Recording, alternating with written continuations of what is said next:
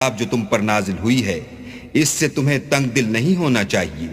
یہ نازل اس لیے ہوئی ہے کہ تم اس کے ذریعے سے لوگوں کو ڈر سناؤ اور یہ ایمان والوں کے لیے نصیحت ہے. اتبعوا ما انزل الیکم من ربکم ولا تتبعوا من دونه اولیاء قلیلا ما تذکرون. لوگو جو کتاب تم پر تمہارے پروردگار کے ہاں سے نازل ہوئی ہے اس کی پیروی کرو اور اس کے سوا اور رفیقوں کی پیروی نہ کرو اور تم کم ہی نصیحت قبول کرتے ہو.